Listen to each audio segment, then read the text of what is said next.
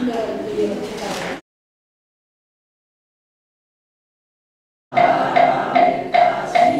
신조 시대 명주 신호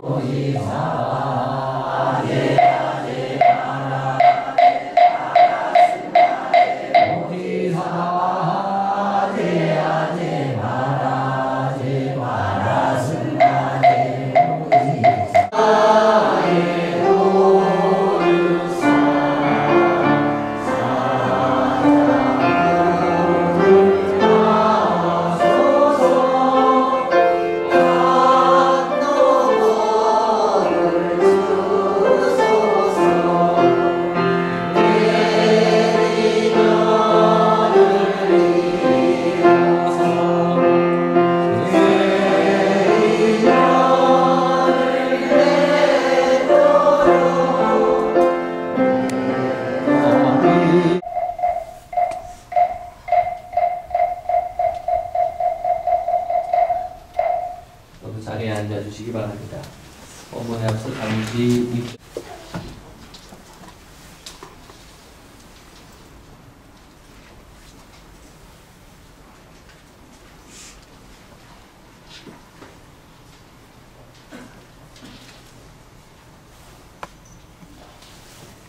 있습니다.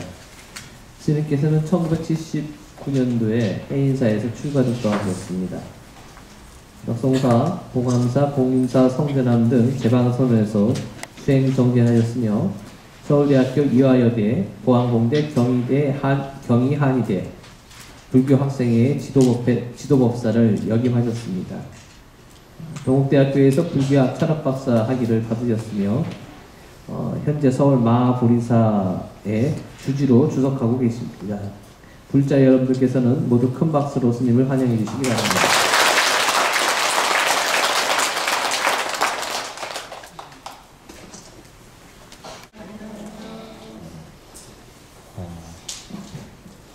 오늘은 이 살아있는 참선에 대해서 말씀을 드리기로 하겠습니다.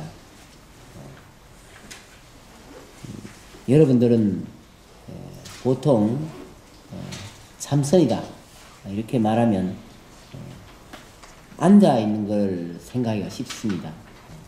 앉아있는 것은 참선이다 라고 하기보다는 좌선이다 이렇게 말할 수 있습니다. 사실 육조 단경이나 여러 경전을 보더라도 앉아있다 라는 것은 사실 지금 여러분들처럼 앉아있는 것을 가리키는 것이 아니고 생각이 가라앉아있다 또는 마음이 편하다 이런 의미를 갖고 있습니다. 그래서 좌선한다 이렇게 말하면 자신을 살피는 것이다 이렇게 보셔도 됩니다. 오늘 주제는 이 가정생활 속에 살아있는 참선 이렇게 제목을 붙였는데요. 보통 그렇게 선이다 그러면 자신을 살피고 자신을 연구하고 자신을 깨닫고 자신을 발견하는 것인데 과연 우리가 일상생활 속에서 또는 가정생활 속에서 무엇을 선이라고 해야 될 것인가 이렇게 생각하면 사실 이해하기가 쉽지 않습니다. 왜냐하면 그동안 이 법을 말씀하신 많은 분들이 가정생활을 별로 안 하신 분들입니다. 가정생활을 별로 하지 않으신 분들이 살아있는 법을 말하려고 하다 보니까 좀 여러분들의 삶의 모습과는 조금 거리가 있는 그런 모습처럼 보였습니다. 예를 들어서 말을 하자면 금강경에 제일 중요한 질문은 무엇인가? 금강경에 제2장에 보면 어떻게 하면 내 마음을 좀 편안하게 머무를 수 있을까요? 이렇게 질문합니다. 그러한 질문에 대해서 이제 부처님께서 여러 가지 법을 말씀하시는데 그런 것처럼 보통 우리가 불교다, 깨달음이다, 진리다, 참선이다 하는 것은 다 아직까지는 그 수행자 위주로 이루어져 있습니다. 그 가정생활 속에서 이렇게 말하면 여러분들께서는 가정생활 속에서 과연 우리가 어떤 수행을 해야 할 것이며 또 어떻게 닦아야 할 것이며 또 어떻게 수행 정진하고 용맹 정진해야 될 것인가 이렇게 생각하기가 쉽습니다. 그렇지만 사실은 그런 것이 아닙니다. 사실은 그런 것이 아니고 부처님 법이라는 것은 여러분들의 삶 속에서 이 법을 발견하는 것입니다. 어떤 법인가? 그 법의 이름은 연기법입니다. 말하자면 관계의 법입니다. 어떤 관계인가? 첫째는 부부관계, 또 부모-자식 관계, 또는 형제관계, 친구관계, 뭐 이러한 관계의 모습이 바로 법입니다. 그래서 연기법이라는 말은 관계법 이런 뜻입니다. 그런데 여러분들께서 정말 공부를 하면서 나는 내 관계를 좀 살펴봐야 되겠다 라고 생각하시는 분은 많지 않습니다. 된 역사는 길지 않습니다. 60년대에 청담 스님이 마음이라는 용어를 강조하시고 뭐 70년대 책도 나왔습니다만 그 마음이라는 책을 보고 난 다음부터 불교는 마음하고 상당히 관련이 있구나 이렇게 생각을 했겠죠. 그렇지만 원래 부처님의 가르침은 마음을 닦아서 라기보다는 법을 이해하면 자연히 마음이 그렇게 된다 이런 뜻입니다. 그런데 이제 우리가 깨달음을 얘기하다 보니까 마음을 깨달으면 법을 알게 된다 이렇게 앞뒤가 좀 바뀐 말이 되고 말았습니다. 물론 이유는 그 큰 스님들께서 어떻게 하면 좀 더 우리에게 쉽게 편하게 빨리 그렇게 가르쳐 주시려고 여러분들은 가장 쉽게 이 살아있는 이 마음만 찾으세요 라고 강조했지만 그렇지만 그 마음이라는 것은 적어도 단독으로 존재하지 않습니다. 마치 여러분들이 비가 오면 마음이 우울해지고 내지는 햇빛 연결되어 있어서 나만의 마음 그런 것은 찾기 어렵습니다. 그래서 이제 효봉스님은 예전에 그 송광사에서 아주 오래 수행하시던 참 큰 스님이셨는데 그 효봉스님께서는 이 마음을 찾기 위해서 토굴에서 이제 수행을 하신다고 합니다. 그 토굴은 어떠냐 하면 이제 조그마한 그 집을 말하자면 흙 속에 지었습니다. 그래가지고 깜깜하게 해놓고 보이지도 않고 들리지도 않고 나는 어떤 존재인가 이렇게 연구하시다가 100일 동안 말하자면 수행 연구를 하시고 마침내 깨달았다 이렇게 말씀을 합니다. 무엇을 깨달는가? 그거는 이제 책에 안 나와있죠. 그렇지만 거기에서 우리가 생각해 볼 수 있는 것은 바로 이 차단한다는 말하자면 출가 수행을 한다는 것이 어떤 것인가 그런 것을 보여준다고 할 수 있습니다. 그러니까 우리가 공부한다는 것은 자기의 모습을 연구하고 찾는 데 있어서 모든 인연을 끊는다 이런 말이 끊어서 또는 이것을 멀리 떠나서 자신을 발견하는 것이다 라고 생각하기 쉽지만 사실은 그렇게 떠나서 또는 벗어나서가 아니라 여러분들이 가정생활에서 일상생활에서 늘 살펴볼 수 있는 모습이 바로 그러한 어떤 인간관계다라는 뜻입니다. 그 인간관계는 끊고 싶어도 끊을 수 없는 것은 아마 여러분들이 대단합니다. 신문이나 텔레비를 보면 정말 자식은 인연을 다 끊었으면 좋겠다. 그런데 끊을 수가 없어요. 그렇죠?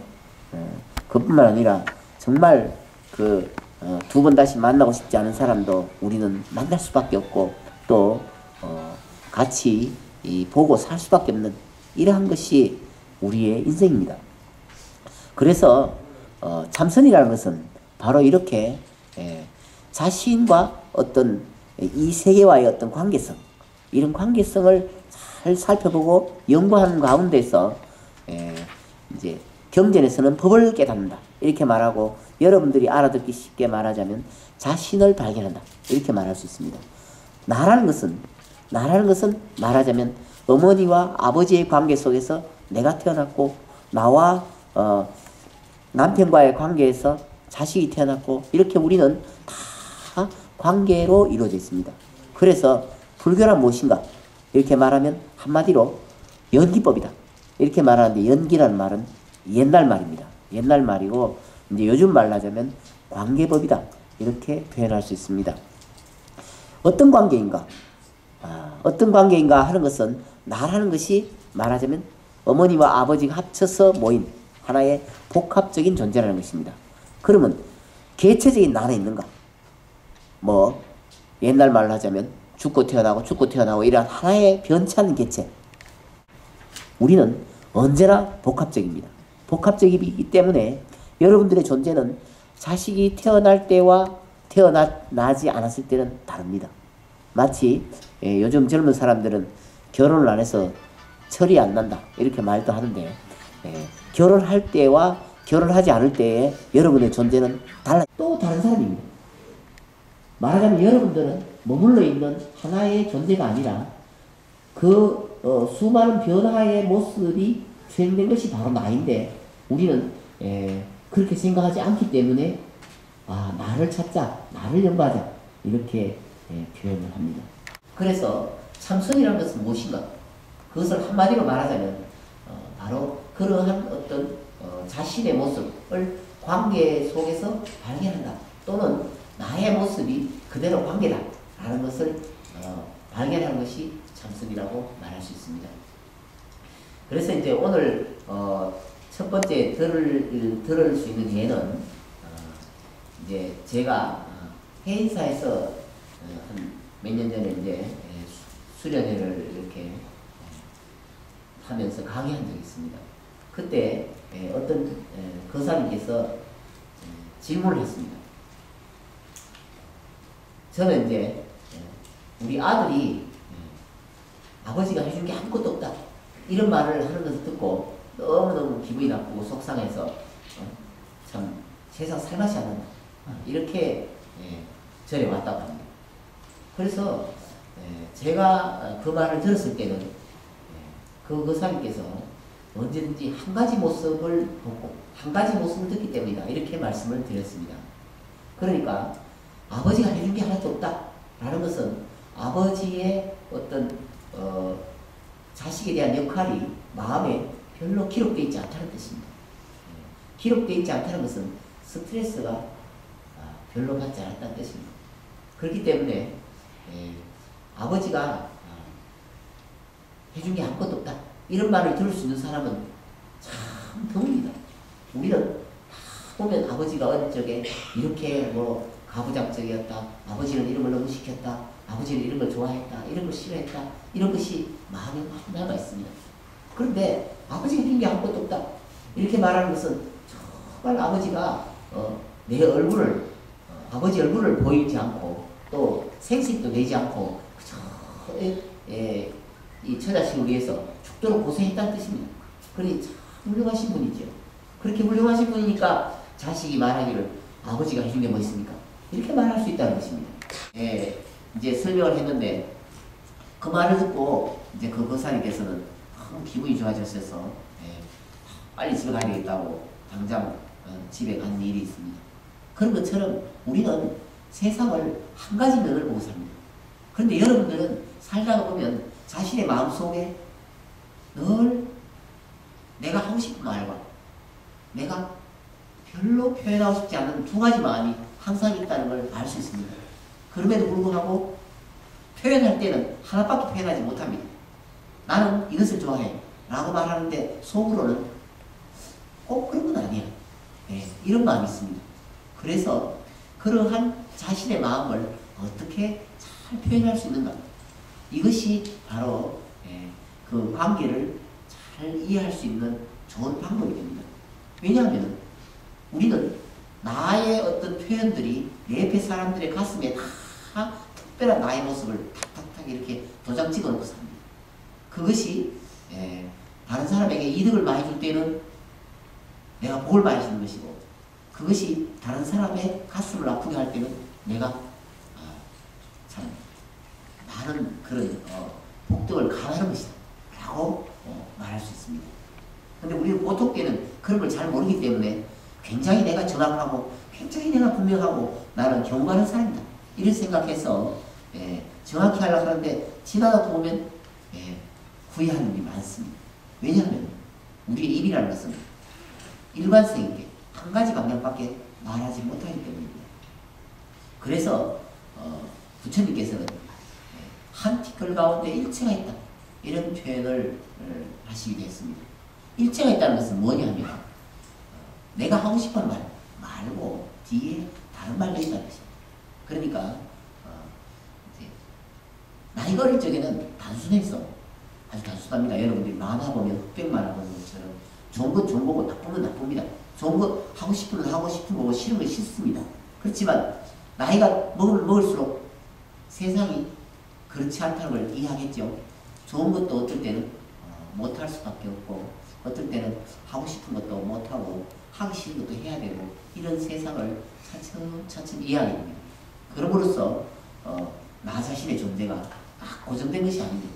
내 옆에 있는 사람도 꼭 나를 사랑하기만 하는 것도 아니고 내 옆에 있는 사람이 꼭 나를 미워하는 것만도 아니고 우리는 그야말로 비슷한 사람이 만나서 어쩔 수 없이 도와가며 사는 것이다.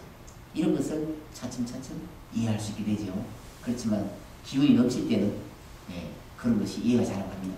그러다가 나이가 먹고 이제 기운이 없어지면 어쩔 수 없이 포기해서 내 옆에 사람은 중요한 존재구나 라고 생각할 때부터 이제 왜 여러분들의 삶 자체라고 하냐면 지금 말씀드린 것처럼 아내가 나에게 어떤 존재인가 또는 남편이 나에게 어떤 존재인가 라는 것은 살아보면 제일 잘한다고 하죠. 왜냐하면 너무 좋다가 너무 싫다가 너무 꼴보기 싫다가 또 보고 싶다가 이렇게 너무 왔다 갔다 하는데 그게 대체 내 마음대로 되지 않습니다.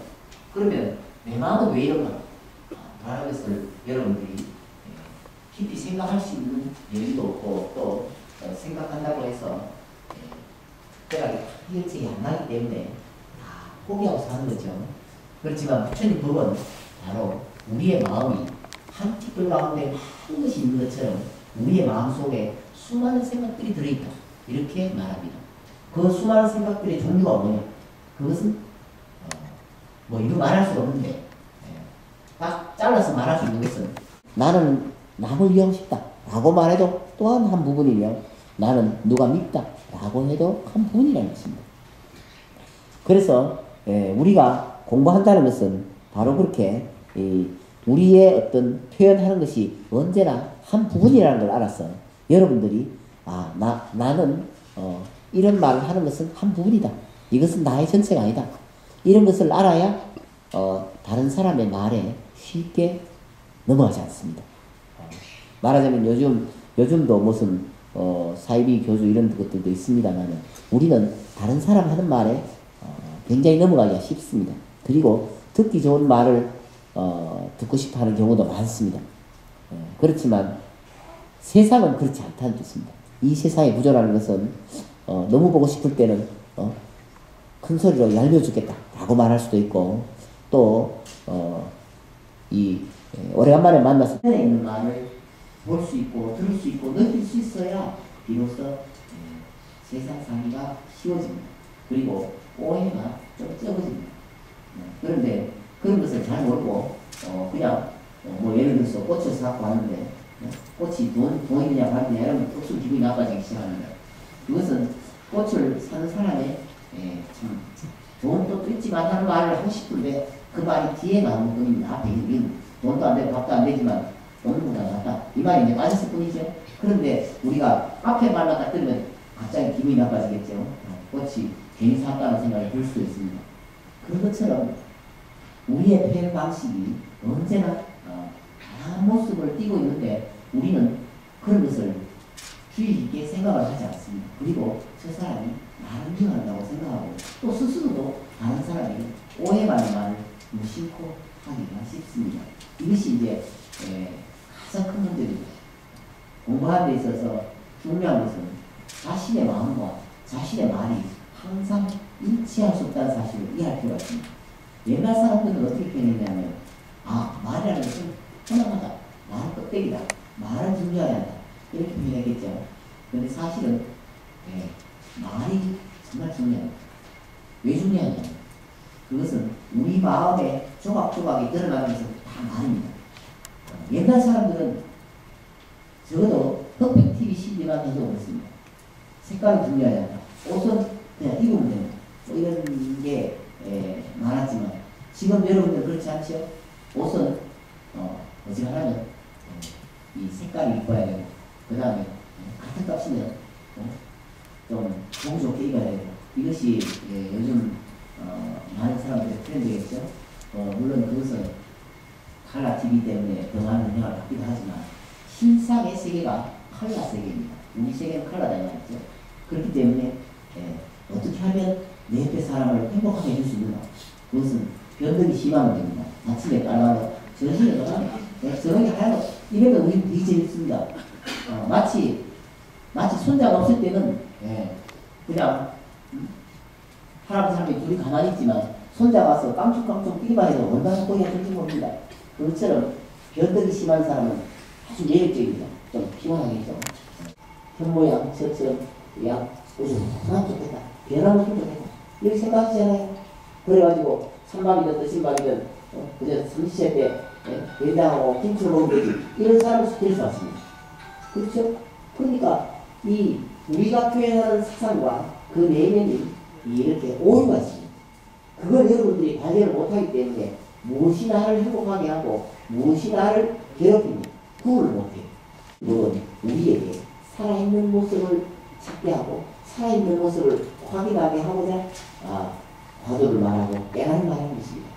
여러분들이 어떻게 하는 것이 가장 행복한가? 이래 말하면 아침에는 까르를 먹고 저녁에는 짜증도 내다가 이런 사람을 보면 재밌습니다. 약간 피곤하긴 하지만 그런데 아침도 뚱하고 저녁도 뚱하고 저녁도 뚱하면 변함없이 자살 같은데 살맛이 안 나요. 그렇겠죠? 지금 많은 사람들이 불교를 공부하다 하면 그렇게 고요하고 조용한 걸 좋아한다고 생각합니다. 여러분들도 아마 누가 모르면 고요한 분위기에 그렇게 그건 아무 낙이 없습니다. 정말 동해 해 뜨는 걸 볼락해도 사랑하는 사람과 같이 갔을 때 해가 멋있는 것이고 서쪽에 낙조를 볼락해도 혼자 가서 무슨 낙이 있습니까? 그렇겠죠? 그런 것처럼 인생의 낙이라는 것은 변화 속에 있습니다. 행복이라는 것은 변화 속에 있단 말이에요. 그런데 불교 공부를 오해하면 변화가 없애는 거 없습니다. 그냥 가만히 있어야 된다고 생각합니다. 이런 것은 착각입니다. 그렇기 때문에 이제 화두라는 것을 말해서 그야말로 이 세상에 변화하는 것을 누가 옛날에 그런 말 있죠. 마음법과 짝하지 않는 이가 어떤 사람이에요. 마음법과 짝하지 않는다. 그것은 여러분들이 생각할 때는 이 마음법이라는 것은 세상에 변화하는 것입니다. 변화하는 것과 짝하지 않는다는 것은 같이 가지 않는다는 것입니다. 그러니 마음법과 짝하지 않는 것을 찾다보면 어떻게 되겠어요? 벽에 딱 부딪힙니다. 그런 것은 없습니다. 그랬을 때 세상이 그렇지 않다. 그래야 지음신이 나면 그때부터 이 세상의 마음법이라는 것은 살아있는 것이기 때문에 물이라는 것이 폭포처럼 올라갔다가 내려갔다 이런 것을 발견하게 되는 것입니다. 그런데 이제 법을 잘 모르면 어떻게 돼요? 고지시간 아침도 뚱하고 저녁도 뚱하고 저녁도 뚱하고 이게 말없이 사는 것입니다. 부처님 법은 그런 것이 잘못됐다고 말하고 있습니다. 근데 여러분들은 그런 것이 왜 잘못됐는지 이유를 모릅니다. 그래서 이제 참선이다 이렇게 말해서 어떻게 하면은 이 사회에 이런 똑같은 윤리와 도덕 가운데서 그 윤리와 도덕을 조금 더 무너뜨리지 아니하고 얼마든지 우리가 인생을 행복하게 만들 수 있는 수많은 지혜가 우리 삶 속에 있다 이 말이죠. 그런데 이제 옛날 스님께서 말하자면 스님이 착실하고 얌전하고 이러다가 화두를 깨달으면 어떻게 된다고 그러죠? 갑자기 술을 먹고 뭐 노래도 부르고 춤도 춘다 이래갖고 깨달으면 참 위험한 거고 이렇게 생각할 수가 있습니다. 그렇지만 그것은 일시적인 현상입니다. 일시적인 것이고 원래는 그것이 아니라 고시식하고 답답한 그 규율을 깨뜨리고 좀 더 나와 옆에 사람을 행복하게 만들 수 있는 많은 그런 역동적인 그것이 바로 참스님의 깨달음입니다. 그래서 공부라는 것은 무엇이냐? 그것은 내 마음을 살펴봤을 때 내가 내 자식 보고 참 목소리가 나고 감을 찔르더라도 마음속에는 그것이 아니라 정말 내가 사랑하는 마음이 있다. 이런 생각을 발견하는 것. 그것이 바로 참스입니다. 마치 여러분들께서 어떤 분은 부부 상할 때 이렇게 감을 찔죠? 나가지고 이렇게 감을 하는데 정말 나가주기를 바라는 거예요. 그런 사람은 세상에 없습니다. 그렇겠죠? 왜 나가주라고 하냐면 나가주고 할 만치 악을 쓴다는 것은 그만치 목숨 걸고 사랑한다는 뜻입니다. 나는 당신을 사랑해. 라는 말을 못하니까 나가주라고 합니다. 그런데 이제 그 말을 갖다 말로 들으면 그래 나가줄게. 이렇게 생각할 때 이제 세상 살기 힘들죠. 우리가 부처님 법을 공부한다는 것은 바로 저 금방등 뒤에 어둠이 있다는 걸 발견하는 것입니다. 지금 보세요. 금방등 뒤에 어둠이 있겠죠? 만약이라도 금방등 뒤에 어둠이 없으면 어떻습니까? 금방등 뒤에 태양이 있으면 금방등은 보이지 않습니다. 그렇기 때문에 금방등을 잘 보려면 뒤에 더 두게 합니다. 말하자면 더 사랑하고 더 당신을 좋아해 라고 말하면 더 악을 쓰고 더 경멸하게 사업을 하는 것입니다.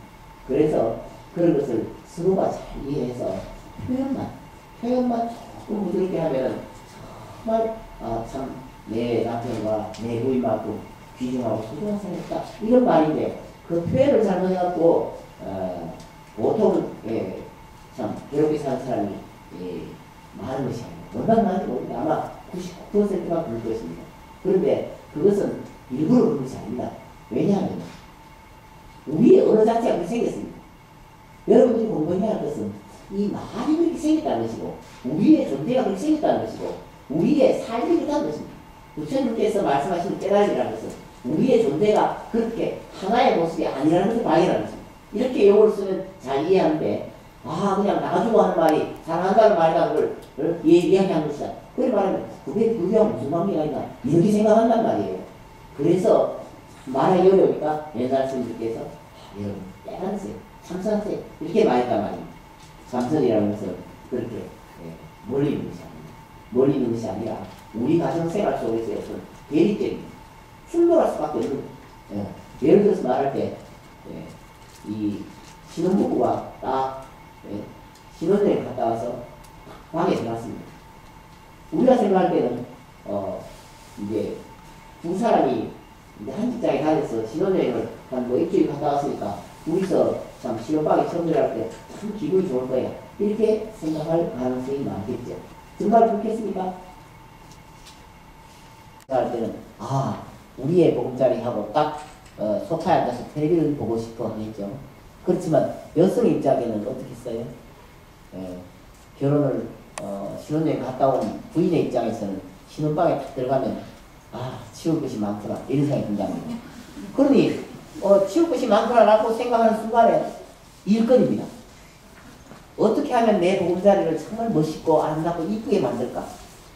이런 생각이 있는데 남편 입장에서는 그런 생각이 요만치도 없습니다. 그냥 다 돼 있는데 뭐 이런 생각을 할 가능성이 높습니다. 그래서 이 부부 생활이라는 것은 딱 만나는 순간에 야단하고 사는 것입니다. 어떻게 하면 나에게 반대할 수 있는가라는 사람이 딱 기다린다고 생각을 해야 됩니다. 그리 말하자면 결혼을 하자라고 생각하는 사람은 누가 내한테 제일 반대할 수 있는가 그런 사람을 골라서 마침내 이 사람이 되겠다 라고 말하면 그 사람은 목숨을 걸고 나한테 반대할 수 있는 사람이다 이렇게 생각하면 어려운 게 없습니다. 근데 그렇게 가르쳐주는 사람이 없어요. 그게 문제겠죠.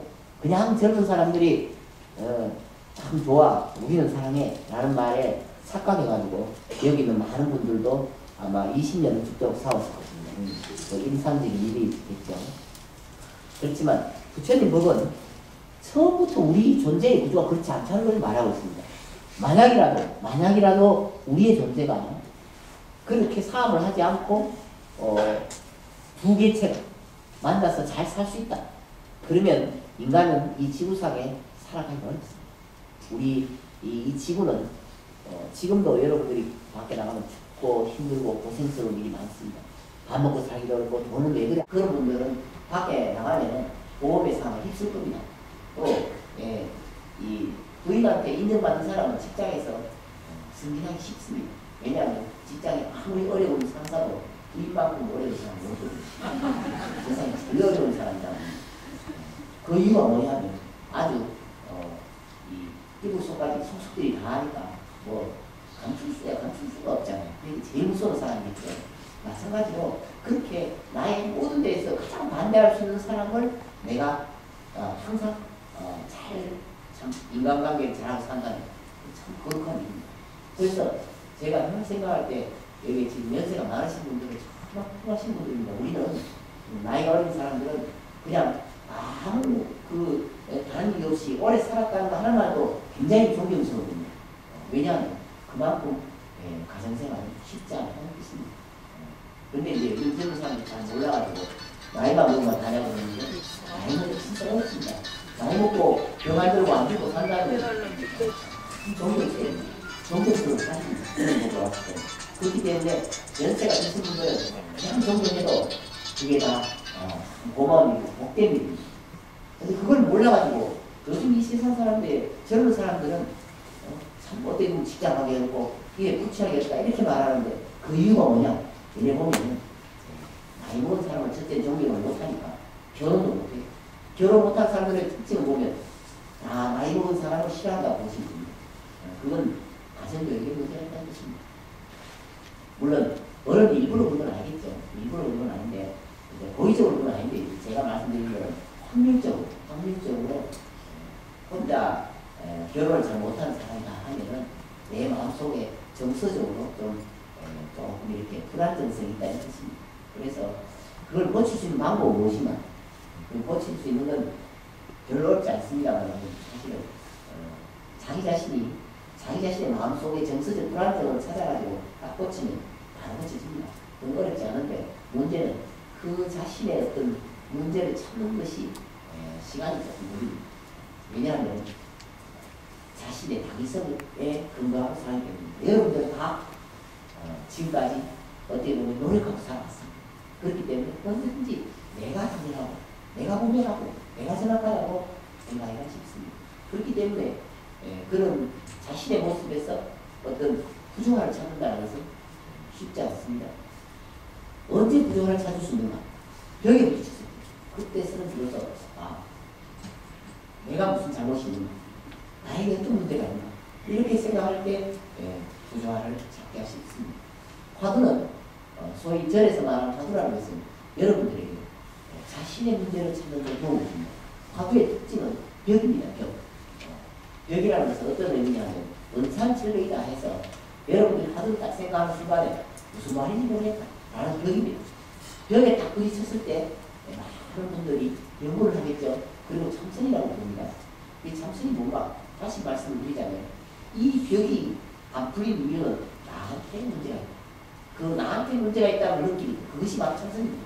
그래서 가정생활 속에서도 마찬가지로 나한테 문제가 있는 걸 빨리 찾는 사람일수록 세상 살기가 이렇게 말할 수 있고 그리고 나에게 문제가 있다 라는 것을 발견하는 사람이 바로 참선하는 것이고 수행하는 것이다. 이렇게 말할 수 있습니다. 속가에서는 뭐 상담이라고 말하기도 하고 성격 교정이라고 뭐 이런 말도 쓸 수 있습니다. 그런데 부처님 법에서는 그렇게 말하지 않고 이것은 수행이다, 깨달음이다 또는 부처님 법을 공부하는 것이다 이렇게 표현한다고 보시면 되겠습니다. 여기까지는 제가 말씀을 많이 드렸는데 혹시 질문 있으시면 질문하십니다.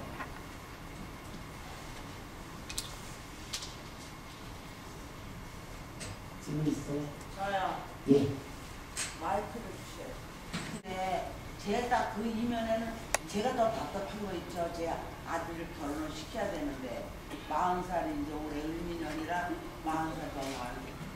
지금 올 때 오면 44살, 42살, 41살 줄줄이시거든요. 근데 한영님은 다 여의셨는데 연세가 있어서 하늘에서 방귀 떨어져서 겨자수에 꽂히는 분. 빨리 하고 같이 밥 먹는 게 불편하다. 그러면은 결혼 안 하고 해요. 그래서 빨리 고치려면은 어쨌든지 가족이 둘러앉아서 밥 먹는 것이 이렇게 참 편하고 좋다. 이런 것을 자꾸 참 뭐라고 할까 실현하셔야 됩니다. 이게 실제로 실행을 하셔야 됩니다. 근데 뭐 짝이 없을 때 아버지 없는 게 하나 없어요. 아, 짝이 없을 때는 네. 비슷한 사람이라도 불러서 그러니까 지금 네 분의 도반이 계시다 했잖아요. 같이 오신 분이 있으니까 그리 스님들은 말입니다. 스님들은 항상 단체 생활을 하거든요. 그리 큰 방에 우리는 뭐 예전 70년도 살고 20년도 살고 10년도 사는데 혼자 사는 스님은 옛날에는 중이 아니다 정도로 단체 생활을 강조합니다. 그리고 꼭 그렇게 남편과 아내가 아니라 하더라도 예, 텔레비 보면 연세가 비슷한 보살님들께서 여러분 같이 사시잖아요. 아버지 혼자 먹으면 정말 맛이 없습니다. 그렇죠? 아, 혼자 먹으면 맛있어요. 혼자 먹어서 맛있으면 둘이 먹으면 더 맛있을 거예요. 예를 들어서 저 소풍을 가가지고 네 분이 밥을 잡숴봐요. 얼마나 맛있어요. 그렇죠? 네, 말하자면 내가 이렇게 고통스러운 면이 생겼다는 거죠. 그리고 나한테 이런 문제가 있기 때문에 이런 배우자를 만난다는 뜻인데 그 문제가 항상 나쁘다는 뜻이 아닙니다. 그 지금 문제라는 말을 대해서 이제 오해가 있을 수 있습니다. 문제라는 뜻은 나쁘다는 뜻이 아니라 한쪽 방면으로 특징이 있다는 뜻입니다. 예를 들어서 말할 때 나는 참을성이 있다. 참을성 있는 사람은 다른 사람이 봐도 여러 가지 이제 참는 면에 있어서 좋은 점이 많습니다. 좋은 점이 많은데 표현을 잘 못하기 때문에 이 표현을 잘할 수 있는 남편을 만나서 말하자면 내가 고통스럽다고 생각하기가 쉽습니다. 표현을 잘할 수 없는 부인이 표현을 잘할 수 없는 남편을 만나서 서로가 어떻게 표현하는 데 따라서 거기에 다양한 모습의 어떤 부부 문화가 생길 수가 있거든요.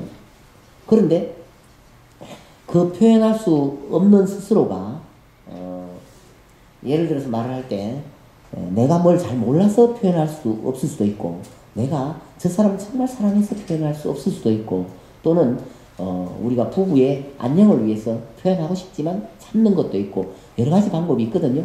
그런 데서 자신의 그 좋은 점을 살려서 하는 그런 방법도 있거든요. 예를 들어서 말을 할 때 내가 이런 말을 하면 우리 남편이 싫어하겠지 라는 내용이 있습니다. 그것을 모양을 좀 바꾸어서 표현을 하든가 그렇지 않으면은 이제 예를 들어서 어떤 사람이 이제 불교 방송에 전화가 왔습니다. 3번 결혼하신 분인데요. 결혼을 하고 난 다음에 딱 6개월만 되면 남편이 때리기 시작한다는 거예요. 그래서 너무 속상해서 집 치우고 2번째 남편 했는데 딱 이따가 6개월만 되면 또 남편이 때리기 시작해갖고 또 집 치우고 3번째 남편 또 그래가지고 이제 집 치우고 불교 방송에 전화를 했습니다. 팔자에 어떻게 삽니까? 그래서 왜 그분은 그런 문제가 있을까? 그래 보니까 이제 그분이 남편의 표현 방식 가운데서 이렇게 말하자면 부드러운 표현 방식은 별로 마음에 안 찬대요. 남편의 어떤 과격한 표현 방식이 아주 믿음직하고 살맛이 나더래요. 그래서 처음에는 남편이 친절하게 하니까 좋긴 한데 속이 안 시원했단 말이에요. 그래서 남편을 콕콕 찔렀겠죠. 그러니까 남편이 참다가 6개월 되니까 꽉 감을 지니까 이제 저것이 좀 내 맘대로 되는구나 하고 기분이 좋았답니다. 그러고 난 다음부터는 이제 남편이 자꾸 과격해진다는 거죠. 그래서 이것은 이러한 면은 이 보살님께서 표현상의 문제가 있다. 어떤 말을 듣고 싶다는 것은 이것은 착각입니다. 무슨 뜻인지 아시겠죠? 이게 나도 알 수 없는 어떤 문제가 있어서 그런 것이 아니라 내 삶의 방식 속에서 나는 내 남편이 이런 표현을 할 때 말하자면 내가 콕콕 찔렀을 때 별로 감동이 없다 이러면 저 남편이 싫다는 거예요. 내가 남편을 콕 찌었을 때 남편이 아 하면 너무 기분이 좋대요. 그럴 때 이제 그런 사람을 만나서 서로가 살아간다 이 말이죠. 그러면 일단 만나는 건 그래 만났다 하더라도 서로가 대화할 때 아 나는 이런 표현을 이렇게 합니다 라고 이렇게 표현을 해야 되는데 그 표현을 잘 못해요. 두 분이서 표현을 못하고 언제 표현하느냐, 술을 한 잔 먹었을 때 표현한다든가. 그럼 문제가 생기기 시작합니다. 왜냐하면 과격해지거든요. 술이라는 것은 생각을 못하게 만들어요. 그래서 그런 문제를 해결하려면 언제든지 대화를 하셔야 되는데, 대화가 처음에는 물론 자식의 문제로 대화하겠지만 뭔가 이제 좀 분위기 좋은 데 가서도 이야기를 차분차분히 할 수 있고, 또는 종이를 써서 이렇게 하고 이러면 아주 감동을 받고 좋아하시잖아요. 그렇죠? 그런데 종이 안 쓰고 생각 없이 무조건 나가다 보면 나도 모르게 어떤 말을 들으면 갑자기 막 기분이 나빠지고 말도 그렇죠? 그래서 오해를 해서 그렇습니다. 사실은 그게 내 문제다라고 생각하시겠지만 내 문제라고 생각하시지 마시고 보살님께서도 참 좋은 면이 많으세요. 그런데 그 자신의 좋은 면을 이 표현하는 능력이 뭐라고 할까? 좀 이렇게 이쪽으로 표현이 안 될 때 저쪽으로 튄단 말이에요. 무슨 뜻인지 아세요? 내가 이 남편에게 표현하는 방법은 많습니다. 옷으로도 표현하고 반찬으로도 표현하고 그죠? 말로도 표현하고 많은데 보살님께서는 반찬으로 표현을 잘 못하시죠? 그렇죠? 반찬으로 표현을 잘 못하고 옷으로도 표현을 잘 못하세요. 보살님은 참다가 말로 표현하거든요. 말로 표현하면 과격해지기 쉬우세요. 무슨 뜻인지 아시겠죠? 다 거사님께서 참을성이 많다가 참을성이 많기 때문에, 참을성이 많은 사람은 일반적으로 폭발하는 경향이 있습니다. 물론 뭐 보름에 한 달이나 뭐 몇 달 하면 폭발하더라도 말입니다. 그것이 좋게 나쁘게 말하면 나의 문제지만 좋게 말하면 그게 꼭 나의 문제만이 아니라 나의 특징이다 이렇게 생각하셔갖고 나의 특징 가운데 어떤 면은 참 좋은 면이 많다, 이것을 살리면은 저 사람이 참 좋아할 것이다 이렇게 생각하고 연구를 하셔야지. 그게 바로 참선이에요. 근데 연구를 안 하고 어떻게 하죠? 닥치는 대로. 그리고 이제 연세가 드셨으니까 이제는 연구할 때 되잖아. 이제는 나요. 그런 것처럼 그 세상에 우리의 존재는 다 꽃과 같습니다. 그건 몰라서 그래요. 예를 들어서 지금 옷도 좀 더 빨갛게 입으셔도 되는데 왜 거무튀튀하게 입으셨어요? 저요? 예. 그냥 있는 거 입었어요. 그러니까 이제부터는 더 빨갛게 입으시고 같은 값이면 스님들께서도요, 또 어떤 스님은 왜 그렇게 이제 우리가 문제를 알자마자 고쳐진다는 뜻이 아닙니다. 그게 아니고 문제가 있기 때문에 말하자면 내가 이렇게 고통스러운 면이 생겼다는 거죠. 그리고 나한테 이런 문제가 있기 때문에 이런 배우자를 만난다는 뜻인데, 그 문제가 항상 나쁘다는 뜻이 아닙니다. 그 지금 문제라는 말을 대해서 이제 오해가 있을 수 있습니다. 문제라는 뜻은 나쁘다는 뜻이 아니라 한쪽 방면으로 특징이 있다는 뜻입니다. 예를 들어서 말할 때 나는 참을성이 있다. 참을성 있는 사람은 다른 사람이 봐도 여러 가지 이제 참는 면에 있어서 좋은 점이 많습니다. 좋은 점이 많은데 표현을 잘 못하기 때문에 이 표현을 잘할 수 있는 남편을 만나서 말하자면 내가 고통스럽다고 생각하기가 쉽습니다. 표현을 잘할 수 없는 부인이 표현을 잘할 수 없는 남편을 만나서 서로가 어떻게 표현하는 데 따라서 거기에 다양한 모습의 어떤 부부 문화가 생길 수가 있거든요.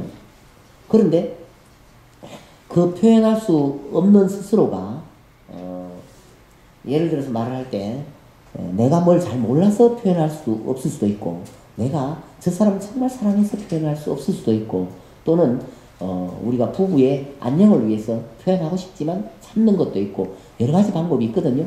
그런 데서 자신의 그 좋은 점을 살려서 하는 그런 방법도 있거든요. 예를 들어서 말을 할 때 내가 이런 말을 하면 우리 남편이 싫어하겠지 라는 내용이 있습니다. 그것을 모양을 좀 바꾸어서 표현을 하든가, 그렇지 않으면은 이제 예를 들어서 어떤 사람이 이제 불교 방송에 전화가 왔습니다. 3번 결혼하신 분인데요. 결혼을 하고 난 다음에 딱 6개월만 되면 남편이 때리기 시작한다는 거예요. 그래서 너무 속상해서 집 치우고 2번째 남편 했는데 딱 이따가 6개월만 되면 또 남편이 때리기 시작해갖고 또 집 치우고 3번째 남편 또 그래가지고 내 집 치우고 불교 방송에 전화를 했습니다. 피팔자에 어떻게 삽니까? 그래서 왜 그분은 그런 문제가 있을까?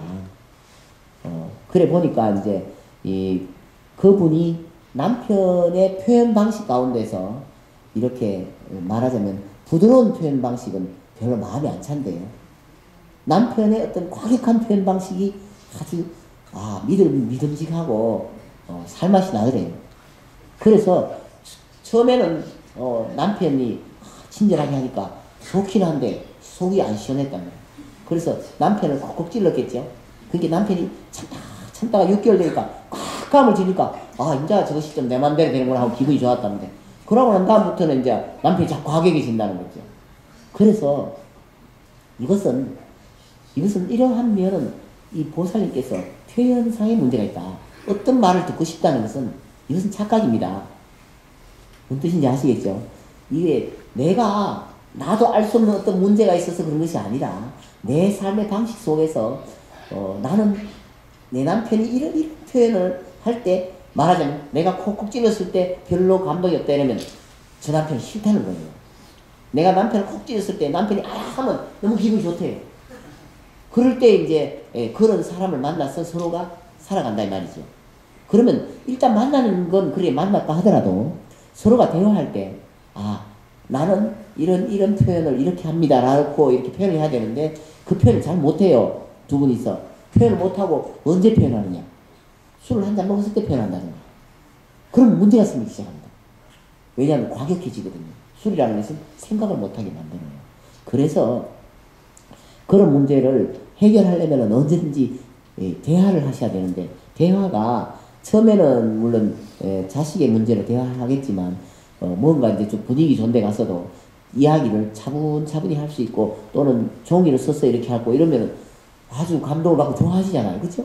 그런데 종이 안 쓰고 생각 없이 무조건 나가다 보면 나도 모르게 어떤 말을 들으면 갑자기 막 기분이 나빠지고 말도 그렇죠? 그래서 오해를 해서 그렇습니다. 사실은 그게 내 문제다라고 생각하시겠지만 내 문제라고 생각하시지 마시고 보살님께서도 참 좋은 면이 많으세요. 그런데 그 자신의 좋은 면을 이 표현하는 능력이 뭐라고 할까? 좀 이렇게 이쪽으로 표현이 안 될 때 저쪽으로 튄단 말이에요. 무슨 뜻인지 아세요?